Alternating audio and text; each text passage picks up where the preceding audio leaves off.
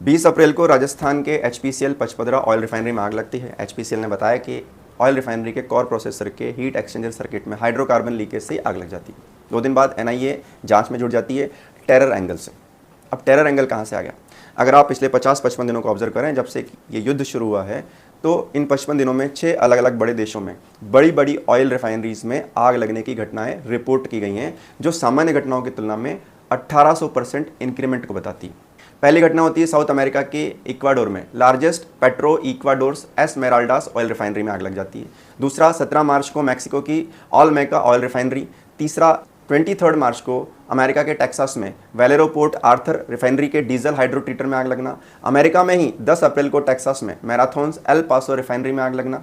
4 अप्रैल को Mumbai high ONGC का जो ऑफशोर प्लेटफॉर्म है वहाँ आग लगना। 16 अप्रैल को ऑस्ट्रेलिया के विक्टोरिया में विवाज एनर्जी जीलोंग ऑयल रिफाइनरी में आग लगना। 20 अप्रैल को राजस्थान में भारत में आग लगना।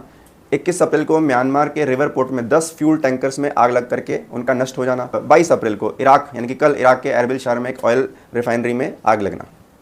क्या ये कोइंसिडेंस है या किसी ग्लोबल पैटर्न की तरफ इंडिकेट करते हैं? ऑयल सप्लाई को अगर आप देखें तो 2 लेवल हैं। पहला है क्रूड ऑयल सप्लाई, जिसका 20% अभी ब्लॉकेड है हॉर्मुज से। ईरान ने एक तरफ कर रखा है, दूसरा अमेरिका ने कर रखा है। मतलब गल्फ कंट्रीज इस वक्त ऑयल गैसेस सप्लाई नहीं कर पा रही हैं। और दूसरा जो लेवल है एनर्जी का, वो है रिफाइंड ऑयल सप्लाई करना, जो कि इन ऑयल रिफाइनरीज से हम तक पहुंचता है। तो जब इन दोनों लेवल पर क्राइसिस जनरेट होता है, ना क्रूड ऑयल मिल रहा है और जो थोड़ा बहुत इधर उधर से मिल रहा है उसको हम रिफाइंड नहीं कर पा रहे हैं, तो डेफिनेटली वर्ल्ड इकोनॉमी तो गिरेगी, लेकिन इसका बेनिफिट किसको होगा? तो क्या ये कोइंसिडेंस है?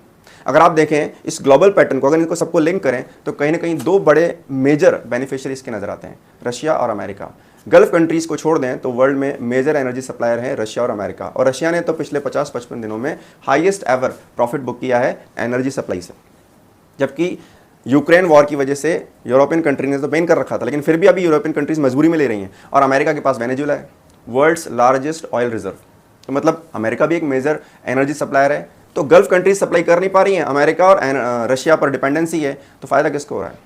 और अगर ऐसे में ऑयल रिफाइनरीज नॉन फंक्शनल हो जाती हैं, तो ये सीधा सीधा बेनिफिट है इन 2 कंट्रीज़ को।